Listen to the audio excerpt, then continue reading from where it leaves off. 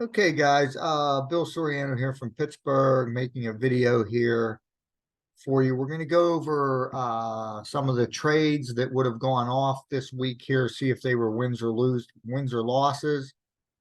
So let me just check something here real fast. Okay, so the first one you could see here in the watch list here, the pairs that have a colored flag by them means that we had an alert, right? So our point of interest inside of our 4-hour order block was hit. And so we dropped down to the 15-minute chart now, and we look for our lower time frame flip entry model. So the first thing we look for is our choke or change of character, right? This is telling us now that, okay, price now may be moving in the direction we expect it to go. And then once we get this change of character, so here in AUDJPY, for instance, price comes down here. This blue line is our point of interest. So we hit our point of interest here inside of our 4-hour order block. That's this teal area here. And then our change of character, our break of structure line is set right here. That's this red line here. So you could see this candle right here goes up and it closes above there. So it has to close above there.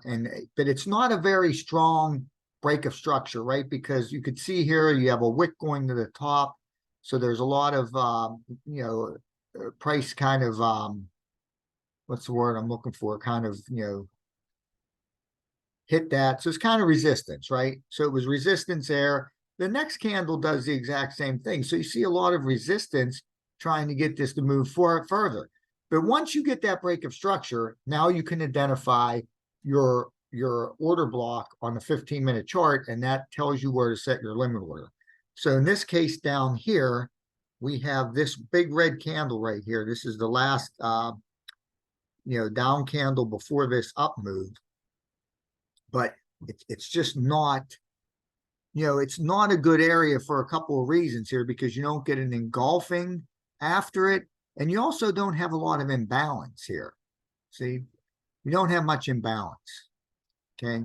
So this really wasn't a good area. But again, for the purpose of these trades, I'm doing a 25 trade order block, or maybe a 50 trade order block. And I'm just trying to see how many would win. And again, we're just going for a 1 to 2 on these. So if we're risking 25 pips, then our take profit is 50 pips away. If we're risking 15 pips, it's 30 pips away. We get out of the whole position once we're up 1 to 2, right? That's how we're doing this. And also we're putting our stop loss, we're padding our stop loss. So our stop loss isn't just put right below these lows here.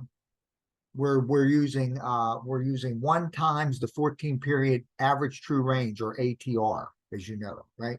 And we're adding that on. Okay, so that's why you could see here, if we were just going to use these wicks for our stop loss, we would probably put it right here with about 2 pips added on. But you could see the stop loss is all the way down here. Of course, it doesn't matter. We get stopped out of this trade at a loss, and price just keeps going downward. Okay, and a couple things that could have tipped you off to that are, one, you don't really have a good order block here, because what are our order blocks supposed to have, right? Whether they're on the 4-hour or they're on the 15-minute, it doesn't matter, right? In order for an order block to be valid or be a good order block, right, it needs to lead to a break of structure, which that one does. You need to have an engulfing candle after the institutional candle that you're using to identify the order block. We don't have that here. You can see the red candle here is really big.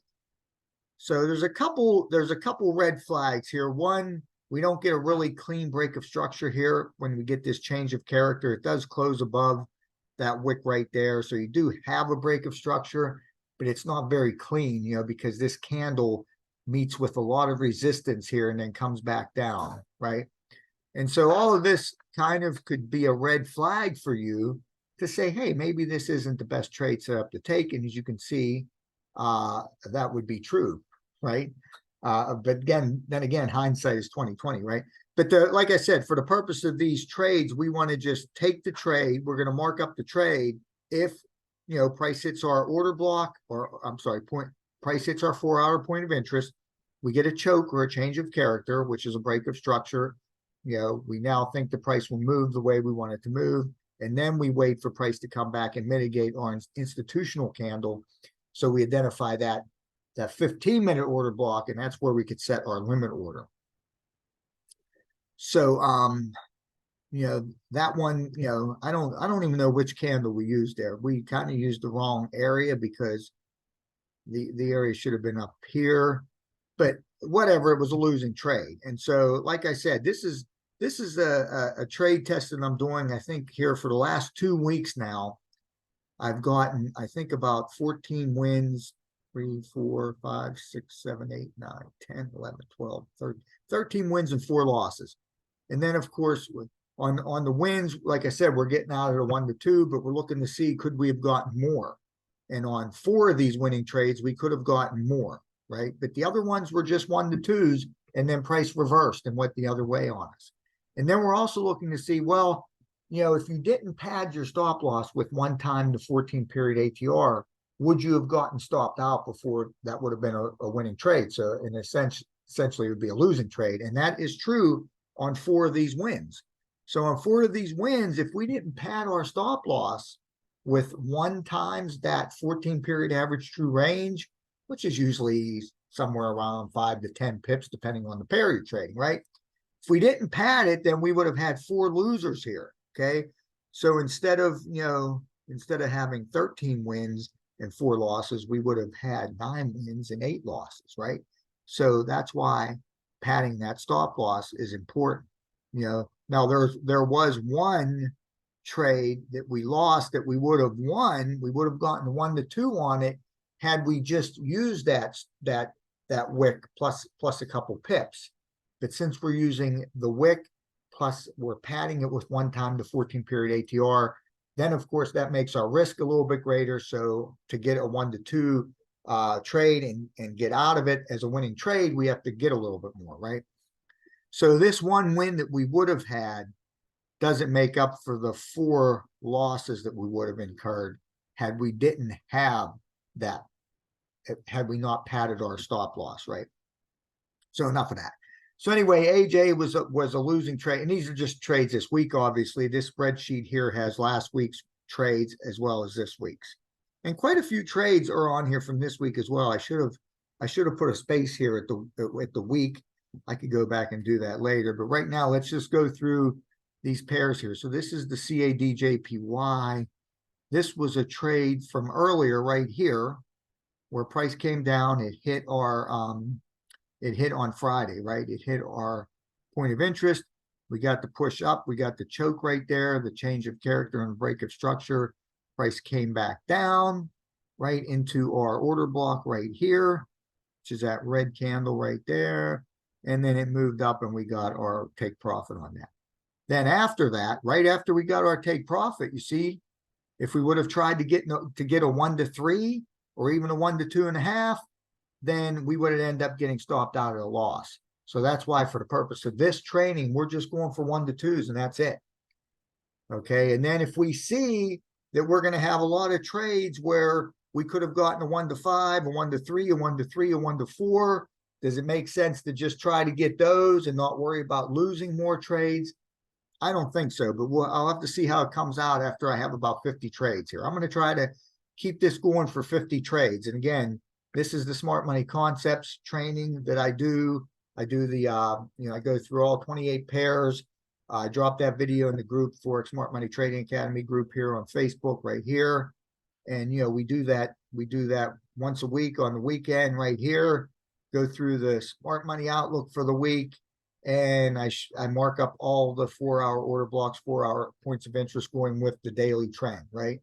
And so that's that. And then as the week progresses and we start hitting those 4-hour points of interest, then we drop down to the 15-minute and we wait for our entry model, which is lower time frame flip. And that's how all these trades are, right? So you first need the break of structure at the choke, so you get the change of character, and then you wait for price to come back to that 15-minute area or that 15-minute order block that gives you the lower time frame flip entry or the FBG entry, whatever you want to call it, right? Oh, I don't know what the heck I did there.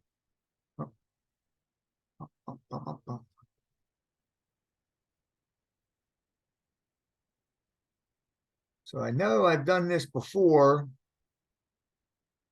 and I don't know how to get it back. Let's see.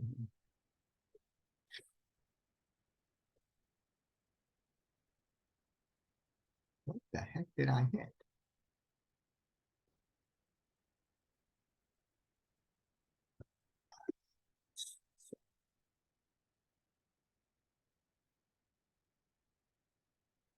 Okay, let's just reload our charts here. Okay, so we reload our charts here. Hopefully we didn't lose everything. Well, we'll have to see here. Okay, so that was AJ. We went through AJ, right?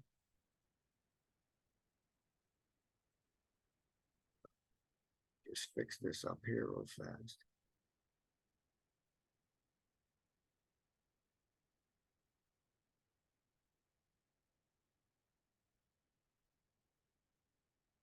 So we went through AJ, that was a losing trade. Let's see here, CJ. Looks like I lost all my markups now.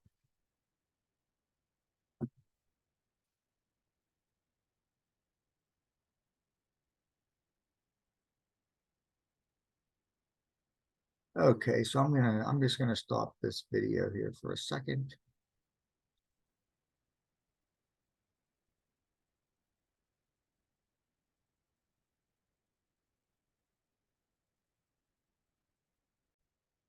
Okay.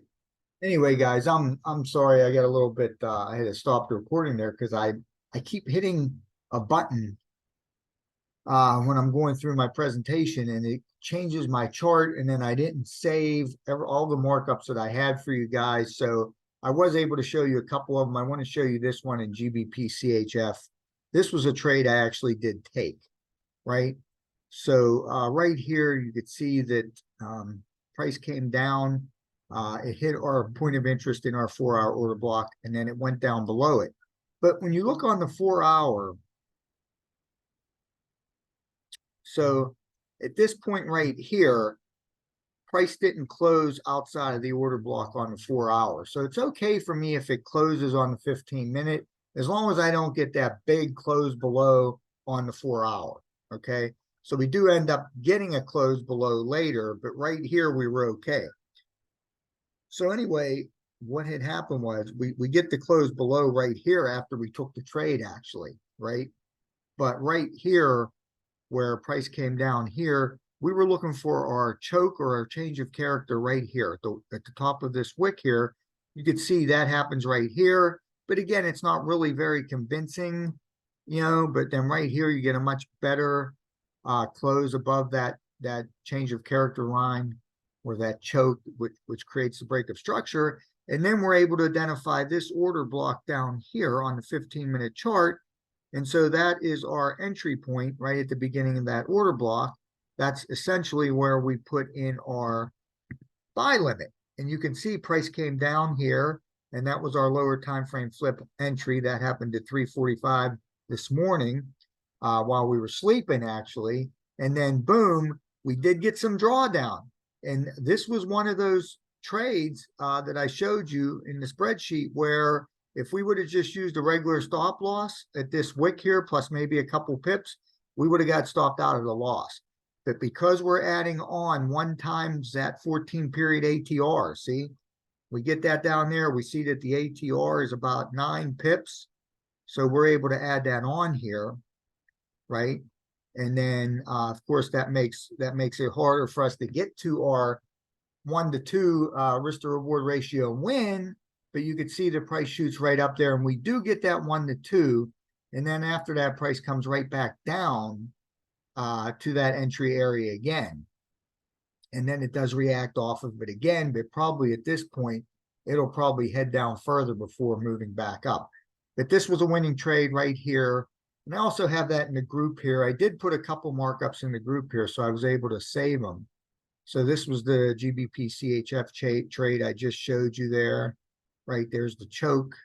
There's the candle that gave us the change of character. There's our lower time frame flip entry, and there's our 1-to-2 risk to reward, right? Win. And then here I also put another pair in here, which was good because now I lost the markups. This was the NZD CAD trade, right? So right here, you don't see where the choke happened on the way down. This red line here would be where we're looking for the break of structure to the downside, and then price comes back up to here, and this is our entry right here, right? So this is our lower time frame flip entry right here. So price came up, and we got into the trade, and then it made its move down. And this was the one, actually, NZD CAD, that would have been a 4. You could have gotten a 1-to-4 risk to reward ratio trade on that one. So unfortunately, I lost the markups to that. But I saved it right here. So that's what we're looking at so far this week. Those are the alerts that went off, and I'm sorry I lost a couple of the markups there for you because I made a mistake here with my trading view. I keep hitting the button down here, and it keeps changing my trading view, and then I can't figure out how to get it back. So I'm gonna have to work on that. So if that happens again, I'll be able to get that back for you guys. But what happened was when I refreshed the page, I forgot to hit the save button, and so all my stuff, all my markups that I just did today were lost. So anyway, guys, Bill Soriano from Pittsburgh. This is our smart money concepts trading strategy.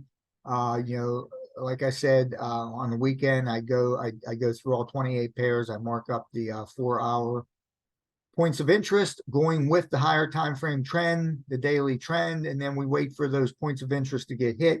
And then once they do, we drop down to the 15-minute chart and we look for a lower time frame flip entry. So that's what I'm showing you during the week. Is I'm showing you these lower time frame flip entries as they occur, and the wins that we get or the losses that we get, like I showed you in AJ before my charts went haywire. So if you need access to my 9-part my 9-part smart money concepts video series, let me know, and I will send you the link to that to register for that. If you're ready to get started with our community, let me know. I'll send you a link to join. You'll get access to everything we have in our community, our indicators, and you get access to everything at the company that we're with, IM Academy. So you'll have access to everything, the best of both worlds, and you could try it out for 7 days. And if you don't like it, you can request your money back from the company, as long as you're within that 7-day window.